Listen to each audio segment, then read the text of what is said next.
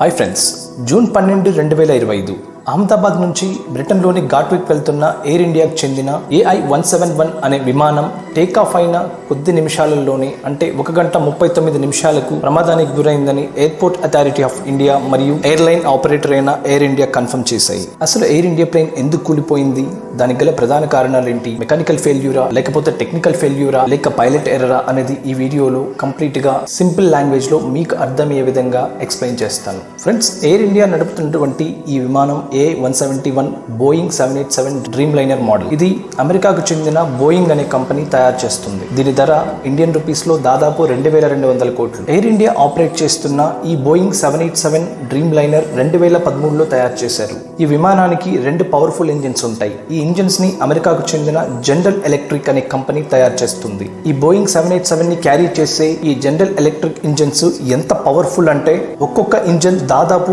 88,000 నుంచి 99,000 horse power ని generate చేస్తాయి. ఈవెన్ ఫ్లైట్ మిడ్ ఎయిర్ లో ఉన్నప్పుడు ఒక ఇంజిన్ ఫెయిల్యూర్ అయినా సరే ఉన్నటువంటి ఒక ఇంజిన్ తోనే ఈ ఫ్లైట్ డెస్టినేషన్ ని చేరుకోగలుగుతుంది. ఏ ఎయిర్లైన్ ఆపరేటర్ అయినా ఎయిర్ క్రాఫ్ట్ మెయింటెనెన్స్ ప్రోగ్రామ్ యొక్క రూల్స్ ని పాటించాలి. ఎయిర్ ఇండియా కూడా ఎయిర్ క్రాఫ్ట్ మెయింటెనెన్స్ ప్రోగ్రామ్ ప్రకారం మే 2025న ఇన్స్పెక్ట్ చేశారు. అయితే ఇట్లాంటి ఫాల్ట్స్ డిటెక్ట్ అవ్వలేదు. జూన్ 12, 2025 టైం మధ్యాహ్నం 1 గంట 37 నిమిషాలు air India AI-171 flight Ahmedabad నుంచి బ్రిటన్ లోని ఘాట్విక్ ఎయిర్పోర్ట్ కి వెళ్ళాలి. ప్లేన్ టేక్ ఆఫ్ కావడానికి రన్వే నంబర్ 23 నుంచి సిద్ధంగా ఉంది. ప్లేన్ టేక్ ఆఫ్ తీసుకోవడానికి ఎయిర్ ట్రాఫిక్ కంట్రోల్ ACT నుంచి క్లియర్ ఇన్స్ట్రక్షన్స్ వచ్చాయి. ప్లేన్ లో 2 పైలట్స్ తో పాటు 10 మంది క్రూ మెంబర్స్ అండ్ అలాగే 230 మంది ప్యాసింజర్స్ ఉన్నారు. ఫ్లైట్ టేక్ ఆఫ్ తీసుకునే టైం కి విండ్ స్పీడ్ అండ్ టెంపరేచర్ కూడా నార్మల్ గానే ఉన్నాయి. పైలట్స్ ఇద్దరు కూడా టేక్ ఆఫ్ తీసుకోవడానికి రెడీగా ఉన్నారు అండ్ ఫ్లైట్ ఫైనల్ గా టేక్ ఆఫ్ తీసుకుంది. టేక్ ఆఫ్ అయిన 2 నిమిషాల తర్వాత అంటే 1 గంట 39 నిమిషాలకి పైలట్స్ దగ్గర నుంచి ATCకి ఎయిర్ ట్రాఫిక్ కంట్రోల్ కి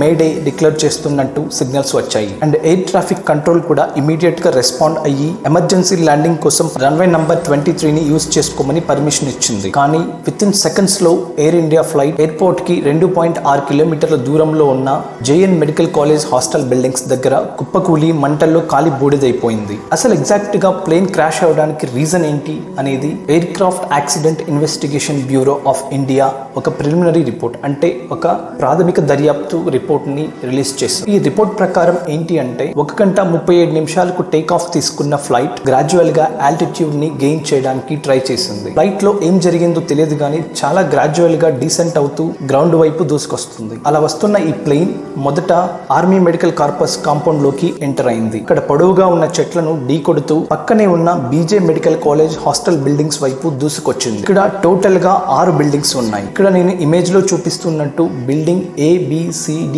అండ్ F. ప్లేన్ డీసెంట్ అవుతూ ఉన్నప్పుడు 8 degrees యాంగిల్ తో డీసెంట్ అవుతూ కిందకి మూవ్ అవుతుంది. ప్లేన్ యొక్క టైల్ సెక్షన్ అంటే తోక భాగం మొదట బిల్డింగ్ A ను ఢీ కొట్టింది. ఢీ కొట్టిన వెంటనే టైల్ సెక్షన్ విరిగిపోయి హాస్టల్ బిల్డింగ్ లోకి చొచ్చుకుపోయింది. యాంగిల్ ఆఫ్ ఇన్క్లినేషన్ చేంజ్ అవ్వటం వల్ల బిల్డింగ్ మీద ఉన్న water tank and concrete slab కి మధ్యలో రైట్ ఇంజన్ ఢీ కొట్టి ఆ రెండిటికి మధ్యలో చొచ్చుకుపోయింది. ఇది ఇలా ఉంటే రైట్ వింగ్ పక్కనే ఉన్న B బిల్డింగ్ ని తాకి పార్షియల్ గా విరిగిపోయింది. ప్లేన్ కి ఉన్నటువంటి స్పీడ్ వల్ల ఇక్కడితో ఆగలేదు. బిల్డింగ్ C వైపు దూసుకెళ్లింది. ఇక్కడ బిల్డింగ్ C ని ఢీ కొట్టడమే కాకుండా లెఫ్ట్ వింగ్ కూడా డ్యామేజ్ అయింది. బిల్డింగ్ D ని ఢీ కొట్టగానే లెఫ్ట్ ఇంజన్ కంప్లీట్ గా ప్లేన్ నుంచి సపరేట్ అయ్యింది. మిగిలిన ప్లేన్ భాగం బిల్డింగ్ D కి ఢీ కొట్టి లెఫ్ట్ వింగ్ కంప్లీట్ గా విరిగిపోయింది. ఫైనల్ గా బిల్డింగ్ F ని తాకగానే ప్లేన్ అక్కడితో ఆగిపోయింది. అప్పటికే ఫ్యూయల్ ట్యాంక్ లీకేజ్ కావడం వల్ల చిన్న చిన్న స్పార్క్స్ ఏర్పడి ఆటోమేటికల్లీ ఫ్యూయల్ ట్యాంక్ బ్లాస్ట్ కి కారణమైంది. ఫ్లైట్ లో ప్రయాణిస్తున్నటువంటి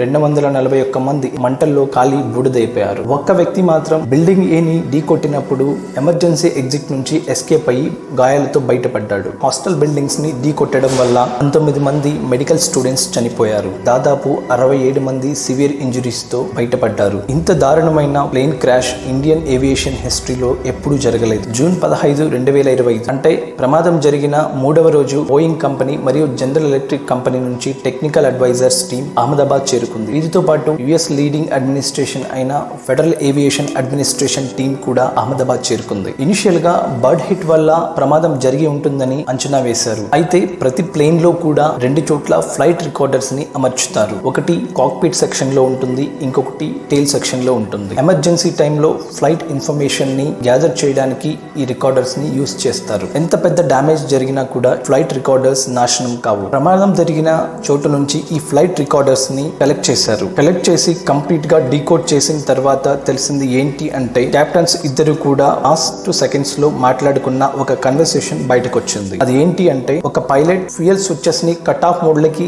పెట్టావా అని అడిగాడు. దానికి ఇంకొక పైలట్ అవునా లేదు నేను అలా చేయలేదు అని జవాబిచ్చాడు. సో ఫైనల్ గా 30 days ఇన్వెస్టిగేషన్ తర్వాత ఈ రిపోర్ట్ లో తేలింది ఏంటి అంటే ఫ్లైట్ కి 2 ఇంజన్స్ ఉంటాయి. 2 ఇంజన్స్ కి ఫ్యూయల్ సప్లై చేయడానికి 2 స్విచెస్ ఉంటాయి. ఈ స్విచెస్ కి 2 స్టేట్ ఆఫ్ ఆపరేటింగ్ మోడ్స్ ఉంటాయి. ఒకటి cut off mode, 2 run mode. ఎప్పుడైతే ప్లేన్ ని రన్వే మీదకి తీసుకెళ్లి టాక్సీ రిలీవ్ చేస్తుందో అప్పుడు ఈ స్విచెస్ ని ఆన్ చేస్తారు. అప్పుడు 2 ఇంజన్స్ కి ఫ్యూయల్ సప్లై అవడం స్టార్ట్ అవుతుంది. అండ్ డెస్టినేషన్ రీచ్ అయ్యి అగైన్ మళ్ళీ ఎయిర్పోర్ట్ లోకి వెళ్ళినంత వరకు ఈ స్విచెస్ ని కట్ ఆఫ్ మోడ్ లోకి తీసుకురారు. బట్ ఇక్కడ ఎయిర్ ఇండియా AI-171 ఫ్లైట్ లో ఏం జరిగింది అంటే 1 సెకండ్ గ్యాప్ లో 2 ఫ్యూయల్ స్విచెస్ కూడా ఆఫ్ అయిపోయాయి. ఫ్యూయల్ సప్లై అనేది 2 ఇంజన్స్ కి ఆగిపోవడం వల్ల సడన్ గా థ్రస్ట్ అనేది లాస్ అయింది. థ్రస్ట్ లాస్ అవ్వడం వల్ల ప్లేన్ అనేది గ్రాడ్యువల్ గా డిసెంట్ అవ్వడం స్టార్ట్ అయింది. ఇది గమనించిన పైలట్స్ స్విచెస్ ని 5 seconds తర్వాత ఫస్ట్ ఇంజిన్ యొక్క స్విచ్ ని రన్ స్టేట్ లోకి తీసుకొచ్చారు. అండ్ దెన్ 4 seconds తర్వాత